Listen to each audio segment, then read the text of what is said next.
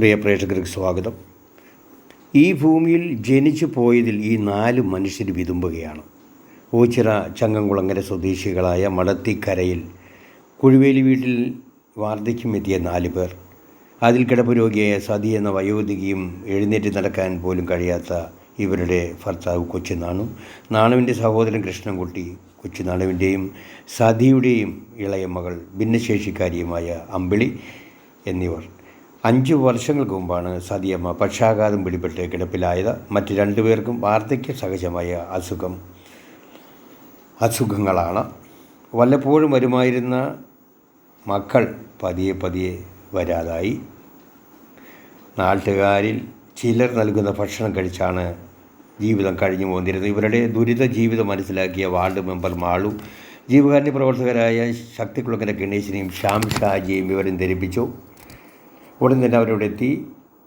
ജീവകാരുണ്യ പ്രവർത്തകരും നാട്ടുകാരൊക്കെ ചേർന്ന് അവർ കുളിപ്പിച്ച് വൃത്തിയാക്കി പുതുവസ്ത്രം കളഞ്ഞ് ഇവരെ ഏറ്റെടുക്കാമെന്ന് കണ്ണകി ശാന്തിജനത്തിൻ്റെ നടത്തിപ്പുകാരി അമ്പാടി ജയശ്രീയെ ഏൽപ്പിച്ചു.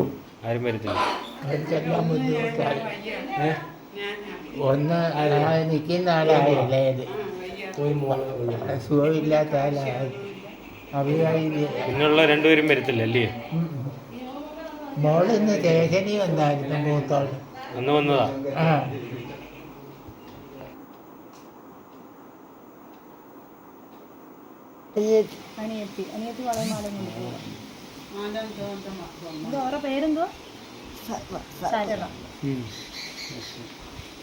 അതൊക്കെ അവരെ ഊരിക്കൊണ്ടുപോയാ? എന്തൊക്കെ ഉണ്ടായിരുന്നു? മാല, എല്ലാം ഊരിക്കൊണ്ട് പോയാ? ഏതനിയത്തിയാ? ഇവിടുത്തെ ഈ അമ്മയുടെ സ്വന്തം അനിയത്തി. സ്വന്തം അനിയത്തി. എന്നിട്ട് ഇവരാരെങ്കിലും തിരിഞ്ഞു നോക്കിയോ വയ്യാതെ വന്നപ്പോ? എവിടുന്നാ? ഞാൻ ഏറ്റവും ഇളയത്, എൻ്റെ ഇളയതാണ് മരിച്ചത്. ചേച്ചിക്ക് എന്ത് വയ്യാത്തെ? കണ്ണ് വയ്യ. കാഴ്ചയില്ലേ? കാഴ്ച കുറവുണ്ട്. നിങ്ങൾ മൊത്തത്തിൽ എത്ര പേരാണ് ഇവിടെ താമസിക്കുന്നത്? ഞങ്ങൾ 4 പേര്. 4 പേര്. ആഹാരമൊക്കെ എങ്ങനെ? ഇപ്പം ഞാനും ഉണ്ട്, അമ്മയും അച്ഛൻ്റെ അനിയന്. ആഹാരമൊക്കെയാ? ആഹാരം എന്ന് പറഞ്ഞാൽ രാവിലെ അച്ഛനും മയ്യ ഉണ്ടാക്കാനുണ്ട്.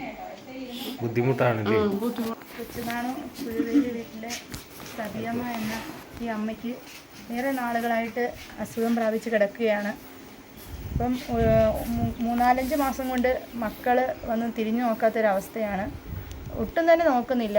ഇടയ്ക്കൊരു മോള് വന്ന് ഒന്ന് വൃത്തിയാക്കി കൊടുക്കുന്ന മാത്രമേ ഉള്ളായിരുന്നു.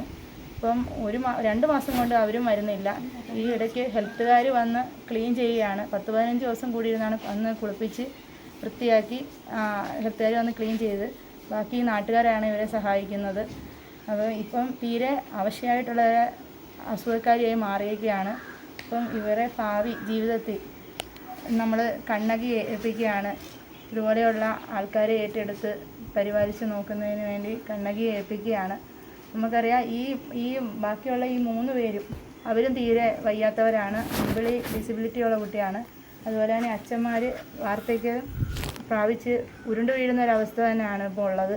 ഇപ്പം നാട്ടുകാരെ എല്ലാവരുടെയും സഹായത്തോടെ എല്ലാവരും കൂടി ആലോചിച്ച് ഇന്ന് കണ്ണകി ഏൽപ്പിക്കുകയാണ്. ഇന്ന് നമ്മൾ പോലീസ് സ്റ്റേഷനിൽ ഇതുപോലെ പരാതി കൊടുത്തിട്ടുണ്ടായിരുന്നു. അപ്പം അവിടെ മക്കളെ മോളും വന്ന്, അതുപോലെ മോൻ ഇവിടെ ഇല്ല, മരുമോളാണ് രാവിലെ വന്നത്.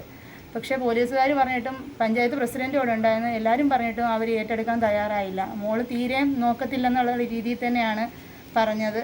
പിന്നെ മരുമോള് അവർക്ക് സാമ്പത്തികമായിട്ട് ഒരു ബുദ്ധിമുട്ടാണെന്നാണ് മരുമോള് പറഞ്ഞത്.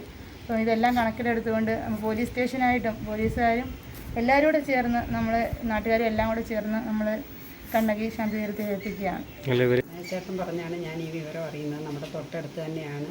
പക്ഷേ ഞാൻ ഇതുവരെ ആരും പറഞ്ഞറിഞ്ഞില്ല. പിന്നെ ഗണേശേട്ടൻ പറഞ്ഞ അനുസരിച്ച് ഞാൻ നമ്മുടെ മെമ്പർ മാളുവിനെ വിളിച്ച് കാര്യങ്ങൾ ചോദിച്ചു. അപ്പോൾ വേഗം ഇവിടം വരെ എത്തണമെന്ന് പറഞ്ഞു. വന്നപ്പോൾ അമ്മ വളരെ വൃത്തിഹീനമായ അവസ്ഥയിൽ കിടക്കുമായിരുന്നു. അപ്പം ഇത്രയും അടുത്തുള്ള ഇങ്ങനെ ഒരു സ്ഥാപനത്തിൽ നമ്മളെടുത്ത് ഈ അമ്മയെ സംരക്ഷിക്കാൻ കഴിഞ്ഞാൽ നമുക്ക് ഒരുപാട് സന്തോഷമുണ്ട്.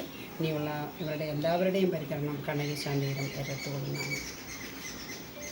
ഈ അമ്മയെ കരുനാഗപ്പള്ളി കൊണ്ടുപോയിട്ട് അവിടുന്ന് റെഫറേജ് നമ്മൾ കൊണ്ടുപോകും. അവിടുത്തെ അവസ്ഥ നോക്കിയിട്ട് ഇപ്പം ഈ പിന്നെ ഇതിനകത്ത് ഇരിക്കാനിടമുണ്ടോ